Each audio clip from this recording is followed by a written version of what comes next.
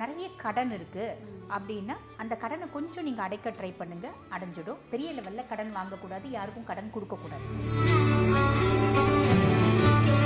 அதை போங்கயா, எதிர்நீச்சல் போட்டு போட்டு தண்ணியே வற்றி போச்சியா அப்படின்ற மாதிரி ஒரு ஃப்ரஸ்ட்ரேஷன் வரும். சனி ஆல்மோஸ்ட் நல்லிஃபை ஆகிடுறாரு. சனினால் எந்த விதமான கெடுபலன்களும் கிடையாது. மீனராசி ஃப்ரெண்ட்ஸ் இருந்தால் மிஸ் பண்ணக்கூடாது அப்படிம்பாங்க. ஏன்னா எல்லா நேரத்துலையும் அவங்க சப்போர்ட்டிவாக இருப்பாங்க. ஆரோக்கியத்தில் கவனம் இல்லை அப்படின்னா ஒரு சிலருக்கு இன்ஃபெக்ஷியஸ் டிஸார்டர்ஸ், மனம் சார்ந்த பிரச்சனைகள் அப்படின்ற மாதிரி வரத்துக்கு வாய்ப்பு உண்டு. இது வரைக்கும் மீனராசி என்பர்கள் எத்தனை பொறுப்பு எடுத்திருப்பாங்க, அதில் எத்துணை நல்லது செஞ்சுருப்பாங்க. அத்துணை நல்லதுக்கும் அனுபவிக்கக்கூடிய நல்ல விஷயங்களை அனுபவிக்கக்கூடிய காலகட்டம். கல்யாணம் பண்ணிக்க கூட மாட்டேங்குது, ரிலேஷன்ஷிப்பில் தான் இருப்பேன் அப்படின்னு ஒவ்வொரு பசங்களையும் மாற்றிட்டே இருக்குது ரிலேஷன்ஷிப்பில். இது என்னோட குடும்ப கௌரவத்தை பெருமளவு குலைக்குது. நாங்கள் ரொம்ப கஷ்டப்படுறோம். பொண்ணு திருந்திடுறதுக்கு வாய்ப்பு உண்டு. அதுவாக எந்த பையன் நீங்கள் வேணான்னு நினைக்கிறீங்களோ அவனை பிரேக்கப் பண்ணும், லவ்வாக இருந்தால்.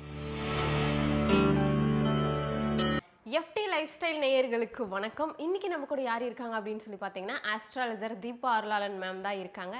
எஸ், வணக்கம் மேம்.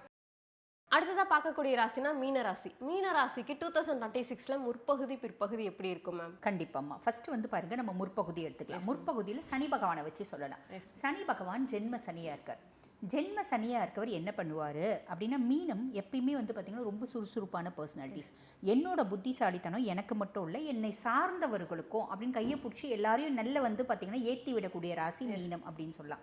பொதுவாக வந்து ஜோதிடத்தில் ஒரு கருத்து உண்டு, மீனராசி ஃப்ரெண்ட்ஸ் இருந்தால் மிஸ் பண்ணக்கூடாது அப்படிம்பாங்க. ஏன்னா எல்லா நேரத்துலையும் அவங்க சப்போர்ட்டிவாக இருப்பாங்க. ஃப்ரெண்ட்ஸ் இருக்காங்க அப்படின்னா அவங்களுக்கு எல்லா நேரத்துலையும் இவங்க வந்து பார்த்திங்கன்னா பெரும் சப்போர்ட்டாக இருப்பாங்க. ஃபிசிக்கலி, மாரலி, எக்கனாமிக்கலி எல்லா விதத்துலையும் சப்போர்ட்டிவாக இருப்பாங்க அப்படின்னு சொல்லலாம். அப்படிப்பட்ட பர்சன்ஸ்க்கு இப்போ என்ன ஜென்ம சனி என்ன மாதிரி ஒரு விஷயத்தை ஏற்படுத்துவார் அப்படின்னா, மந்த நிலையை ஏற்படுத்துவார். மந்த நிலை அப்படின்னா எனக்கு பெருசாக வந்து பார்த்திங்கன்னா ஓடி ஓடி உழைக்க பிடிக்கல, ரெஸ்ட் எடுத்தால் நல்லா இருக்கும்னு தோணுது. என் மூளை கொடாஞ்சி யோசிச்சுட்டே இருக்க பிடிக்கல, கொஞ்சம் பிரெயினுக்கு வந்து ரெஸ்ட் கொடுத்தா நல்லா இருக்கும்னு தோணுது. இந்த மாதிரி மந்த நிலை, உடல் அளவுலையும் மனதளவுலையும் மந்த நிலை அப்படின்றத ஏற்படுத்துவார். மீனம் எப்பயுமே வந்து பார்த்திங்கன்னா எதிர்நீச்சல் போட்டு வாழக்கூடியவங்க. கழுவுற மீனில் நழுவுற மீனை, மீன் நீங்கள் பார்த்தீங்க அப்படின்னம்மா தண்ணி வர சைடு போகாது, தண்ணிக்கு ஆப்போசிட்டாக எதிர்நீச்சல் போட்டுருப்போம். இப்போ மீனத்துக்கு என்ன தோணும் அப்படின்னா, அட போங்கயா, எதிர்நீச்சல் போட்டு போட்டு தண்ணியே வற்றி போச்சியா அப்படின்ற மாதிரி ஒரு ஃப்ரஸ்ட்ரேஷன் வரும். ஆனால் மீனம் புரிஞ்சுக்கணும், ஜென்ம சனி தான் இந்த காம்ப்ளிகேஷனை நம்மளுக்கு ஏற்படுத்துகிறா.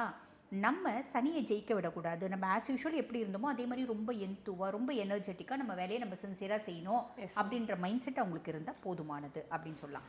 அதுக்கடுத்து வந்து பாருங்கள், ராகு 12ஆம் பாவம். 12ஆம் பாவம் அப்படின்றது மோட்ச விரயஸ்தானம். நல்லா லேவிஷாக ஸ்பெண்ட் பண்ணணும்னு தோணும். குருனோட பார்வை இருக்குது, குரு சண்டால யோகம் இருக்குது. அப்போ பெரிய லெவலில் பண்ண மாட்டாங்க. எனக்கு தேவையானது, எனக்கு வந்து இப்போ நல்ல ட்ரெஸ்ஸஸ் தேவை, நான் வாங்கிப்பேன். என் வீட்டுக்கு நல்ல வந்து பார்த்திங்கன்னா ஒரு ஆடம்பர பொருட்கள் தேவை, நான் வாங்கிப்பேன். எனக்கு ஒரு லக்ஸரியஸ் கார் தேவை, நான் வாங்கிப்பேன். அப்படின்ற மாதிரி அவங்களுக்கு எது தேவையோ அதை வாங்கக்கூடிய சூழ்நிலை, அதுக்கான ஒரு ஆப்பர்ச்சுனிட்டியும் வரும், அந்த பிராப்தமும் வரும். இதை ராகு ஏற்படுத்தி கொடுப்பா அப்படின்னு சொல்லலாம். அதே மாதிரி பாருங்கம்மா, கேது 6ஆம் பாவம்.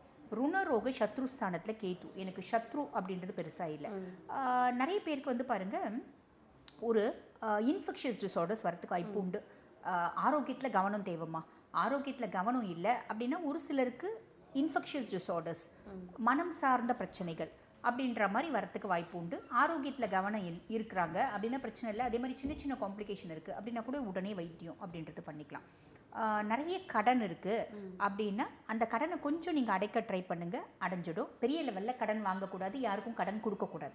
இந்த விஷயத்தில் கவனம் அப்படின்றது வச்சுக்கணும். அதுக்கப்புறம் குருவை பற்றி சொல்லணும் அப்படின்னா 4ஆம் பாவம், சுகதாயார் ஸ்தானத்தில் குரு.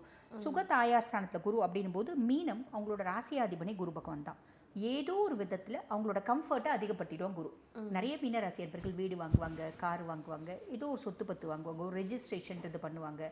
வெளியே வந்து வேறு இடத்துக்கு வேலைக்கு மாற்றி போகிறது, தொழிலை மாற்றுறது, இடம் மாற்றம் ஏற்படுறது, இப்படி எல்லாமே நடக்கும். அதே மாதிரி அம்மானோட சப்போர்ட் அப்படின்றது உங்களுக்கு கிடைக்கும். அம்மாவுக்கு ஹெல்த் ரிலேட்டட் காம்ப்ளிகேஷன்ஸ் இருக்குது அப்படின்னா அந்த ஹெல்த்தில் வந்து ஒரு பெட்டர்மெண்ட் அப்படின்றது கிடைக்கும். இதெல்லாமே வந்து பார்த்திங்கன்னா சனி ஒன்றை தவிர மீதி எல்லாம் ஓகே அப்படின்னு தான் சொல்லலாம். கேது நம்ம பெரிய லெவலில் கடன் வாங்காமல் இருந்தால் போதும், ரொம்ப சிம்பிள். இது வந்து பார்த்திங்கன்னா நம்ம முற்பகுதி. இப்போ பிற்பகுதியை பற்றி பேசுகிறோம் அப்படின்னா சனி பகவான் ஜென்ம சனியாகவே தான் இருப்பார். ஆனால் குருனோட 9ஆம் பார்வை அவர் மேலே பதியுது. அப்போ சனி ஆல்மோஸ்ட் நல்லிஃபை ஆகிடுறாரு. சனினால் எந்த விதமான கெடுபலன்களும் கிடையாது. இது ஒரு பெருத்த ரிலீஃப் மீனராசி அன்பர்களுக்கு அப்படின்னு சொல்லலாம். ராகு 12ஆம் பாவம், ஆனால் குருனோட பார்வை இல்லை. அப்போ என்ன ஆகும், இவங்களுக்கு தேவையானதை வாங்குவாங்க அப்படின்னு நம்ம முற்பகுதியிலே சொன்னோம். கொஞ்சம் லேவிஷாக ஸ்பெண்ட் பண்ணணும்னு தோணும். இப்போ நல்ல லேவிஷாக ஸ்பெண்ட் பண்ணணும்னு தோணும். சிம்பிளாக சொல்லணும் அப்படின்னா, நான் வந்து பாருங்க ஒரு ஷாப்பிங் போகிறேன், ஒரு பட்டுப்புடவை எடுக்கணும் அப்படின்னு போனேன். அப்போ நான் என்ன பண்ணேன், என்னோட பிளான் என்னென்ன 2 பட்டுப்புடவை எடுக்கலான்னு போனேன். அங்கே போனேன், எனக்கு 8 பட்டுப்புடவை பிடிச்சிச்சு. என்னோட பட்ஜெட்டே மொத்தம் வந்து பார்த்தீங்கன்னா 10,000 ரூபாயில் முடிக்கணும்னு நினச்சிட்டு போனேன். அங்கே போனால் எனக்கு 8 பட்டுப்புடவை முடிஞ்சிச்சு. நான் ஏறக்கூடிய 50,000 ரூபாய் ஷாப்பிங் பண்ணிட்டு வந்துட்டேன். இந்த மாதிரி லேவிஷாக எக்ஸ்பென்சஸ் பண்ணணும்னு தோணும், செய்வாங்க. இதில் வந்து பாருங்கள், செஞ்சு பின்னாடி நம்மளுக்கு வந்து எக்கனாமிக்கலி காம்ப்ளிகேஷன் வராது அப்படின்னா பண்ணலாம். இல்லைங்க செஞ்சு நான் தான் எங்கள் வீட்டில் சம்பாதிக்கிற பர்சன், எனக்கு கிரெடிட் கார்டு வந்து நிறைய வந்து வட்டி வருது, எங்கள் வீட்டுக்கார் பயங்கர திட்டுறாரு அப்படின்னா நம்ம கொஞ்சம் ட்ராப் ஆகிறதுக்கு வாய்ப்பு உண்டு. இதில் கவனம் அப்படின்றது வேணும்.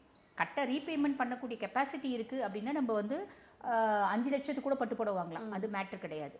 ஒரு எக்ஸாம்பிள் சொல்கிறேன். நம்மளுக்கு ரீபேமெண்ட் பண்ணக்கூடிய கெப்பாசிட்டி இல்லை அப்படின்போது நம்ம யோசித்து செய்யணும், இதில் கவனம் அப்படின்றது வச்சுக்கணும். அதுக்கப்புறம் வந்து பாருங்கம்மா, நம்மளுக்கு குரு பகவான், குரு வந்து பார்த்தீங்கன்னா நல்ல பாவத்தில் இருக்கார். 5ஆம் பாவம் பூர்வ புண்ணியஸ்தானம் புத்திரஸ்தானத்தில் குரு. அப்போ பூர்வ புண்ணியஸ்தானம் புத்திரஸ்தானத்தில் குரு அப்படின்னாமா, இது வரைக்கும் மீனராசி என்பர்கள் எத்தனை பொறுப்பு எடுத்திருப்பாங்க, அதில் எத்துணை நல்லது செஞ்சுருப்பாங்க, அத்துணை நல்லதுக்கும் அனுபவிக்கக்கூடிய நல்ல விஷயங்களை அனுபவிக்கக்கூடிய காலகட்டம் அப்படின்னு சொல்லலாம். அவங்க நல்ல கர்மாக்களுக்கான பலன்களை அனுபவிக்கக்கூடிய காலகட்டம், அது ஒரு பெரிய ப்ளஸ். அப்போ 5ஆம் பாவத்தில் குரு, அது வந்து பார்த்தீங்கன்னா இவர் என்ன பண்ணுவார் அப்படின்னா அதிர்ஷ்ட குருவாக இருக்கார். ஏதோ ஒரு விதத்தில் அதிர்ஷ்டத்தை கொடுப்பார். எனக்கு சொத்து பத்து வீடு வாசல் எல்லாம் பூர்வீகத்தில் இருக்குங்க, அது வந்து நாங்கள் வந்து ஃபேமிலியை விட்டு பிரிஞ்சுட்டோம், எங்களுக்கு கொடுக்கல, பிரச்சனையில் இருக்குது, இப்போ கூப்பிட்டு கொடுப்பாங்க. சரிங்களா? அதே மாதிரி பூர்வீகத்தில் சொத்து பத்து இருக்குது, வியாபாரம் ஆனால் நல்லா இருக்கும்னு நினைக்கிறேன். யாரும் வந்து ரேட்டு கேட்கவே மாட்டேங்கிறாங்க. இப்போ நிறைய பேர் வந்து ரேட்டு கேட்பாங்க. எங்களோட ப்ராப்பர்ட்டி எல்லாம் வந்து பார்த்திங்கன்னா லீகல் இஷ்யூஸ் இருக்குது, அதில் இருக்குது, முடங்கி கிடக்கு.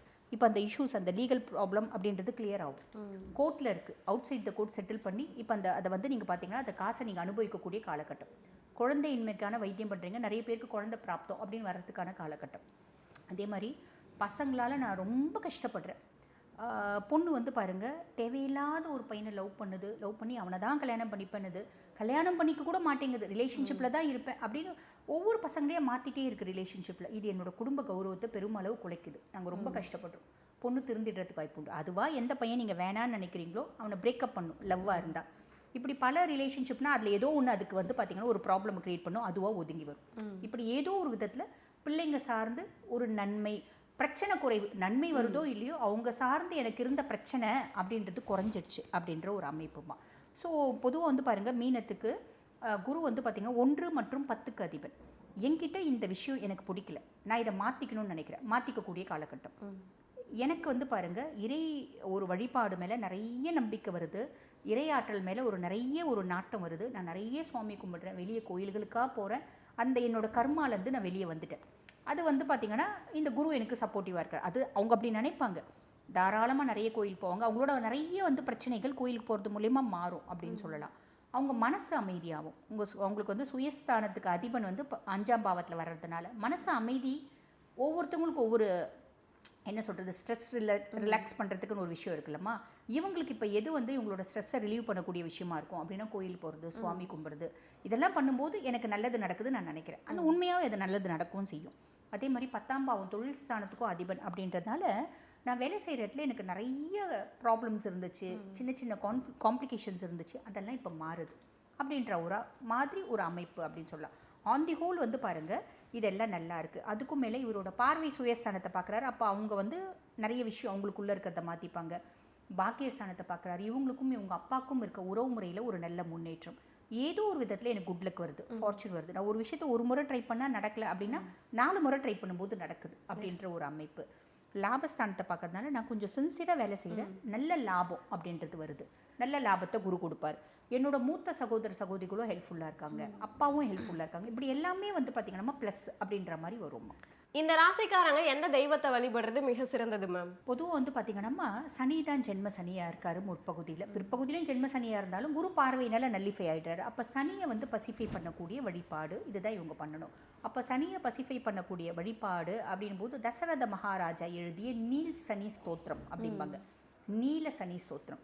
இதை சனிக்கிழமை தோறும் பாராயணம் பண்ணுறது இவங்களுக்கு நிறைய நல்ல விஷயம் அப்படின்றது நடக்கும். ரொம்ப நன்றி மேம். நன்றி.